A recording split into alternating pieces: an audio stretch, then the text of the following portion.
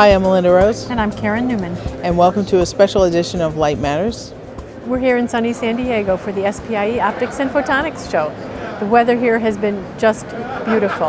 I understand we missed an earthquake on the East Coast, but something tells me we'll be back in time for the hurricane that's heading that way. We've had a lot of interesting conversations while we've been here, met a lot of great people. There's a lot of fantastic things going on at the show.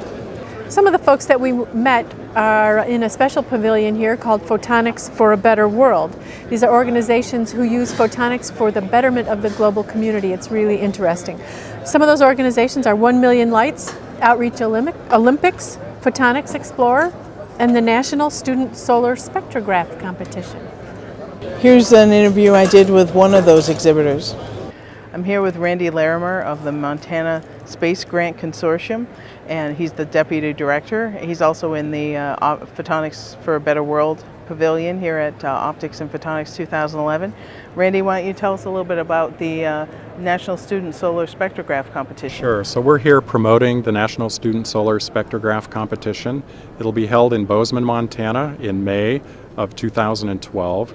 Basically, we have undergraduate student teams from across the U.S. that'll be competing for prize money in 4 different categories: Best Build, Best Science, Best Design, and Best Presentation. Each student on the winning team will receive $3,000 in student scholarships to be given away. Throughout the year, the students will be designing a spectrographic instrument that will use the sun as a source, or they can come up with their own science goal to pursue. We give them $2,000 in material cost, plus Richardson Gradings is donating a grading for each student team to use. The teams are 3 to 6 in size. They can be computer science, electrical engineering, mechanical, physics, basically any combination of that. Again, 3 to 6 in number. They work from now until May. They come to Montana to present their results, and at that point we give away the scholarships to the winning teams. It also includes some travel money to the IRIS launch when it goes up. This is a NASA EPO for the IRIS mission.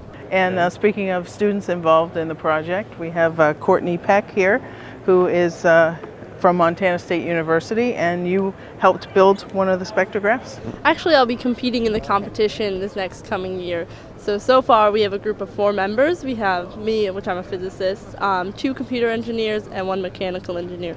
So we're all going to get together, and currently we've been working through equations that model the spectrographs, and then now we're going to move into the actual design and build of the spectrograph based off the sort of experiments we're going to try to do, which includes measuring the atmospheric absorption. So that's what we're working on now, and that's going to continue throughout the school year until we compete in May for the competition. So what's this instrument in front of us here? Well, here we actually have one of the spectrographs from the pilot competition last year. So this one is actually made by one of the tribal colleges in Montana. So inside there's just a couple of simple mirrors and a diffraction grating that make up the spectrograph. So light comes in from one side, hits a mirror, then goes to the diffraction grating, hits another mirror, and then goes to the detector, which is how you analyze a spectrum in a spectrograph. And then over here we also have the one from the other team in the pilot competition. They did it a little differently, where they had the large mirror out here, which came and focused down into the lenses and diffraction grating. But same basic design. Both teams ended up getting results, and they both measured spectral lines. So it was a very good run for the pilot competition. Great, thank you very much. So the competition is hoping to get 28 teams by September 30th. They have 6 right now, and here's the link to their website again, so you can enter the contest. And Melinda, you had an opportunity to speak with SPIE's Peter Howard. Yes, I spent a few minutes with him today to see how the show is going now that we're at the halfway point, and here's a little bit of our interview. Peter, how would you say this year's show differs from past years?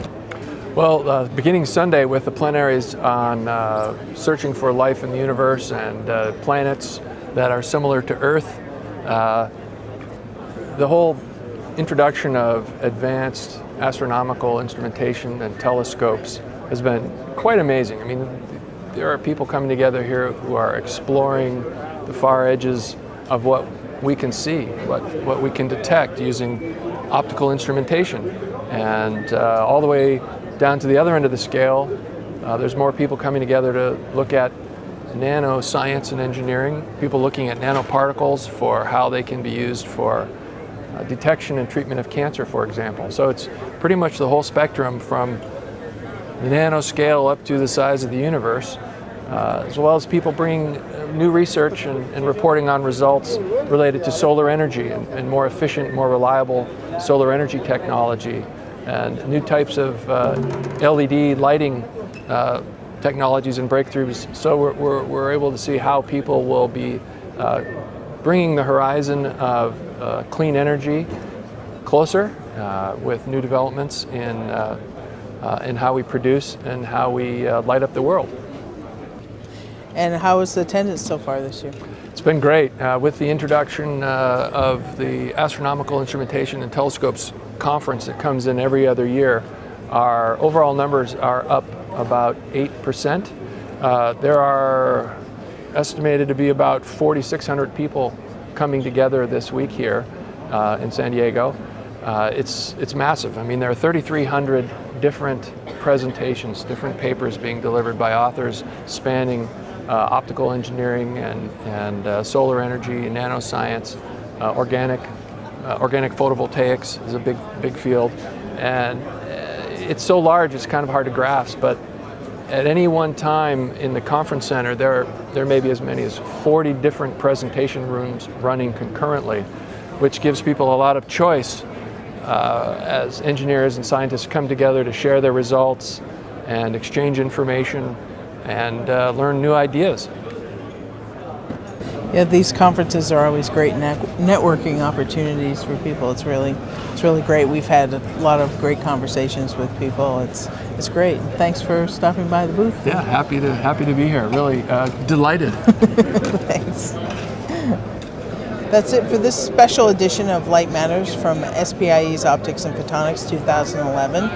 Our contest to win an iPad 2 is still going. All you have to do is share a link to this video or any other video from Light Matters Gallery with a friend and copy lightmatters@photonics.com, and you'll be entered in a drawing to win an iPad 2.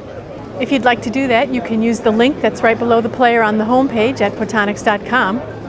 We'd love to hear from you. Send your questions or comments to lightmatters@photonics.com. You can also follow Photonics Media on Facebook and Twitter. And join us next time for another 5 Minutes to Enlightenment.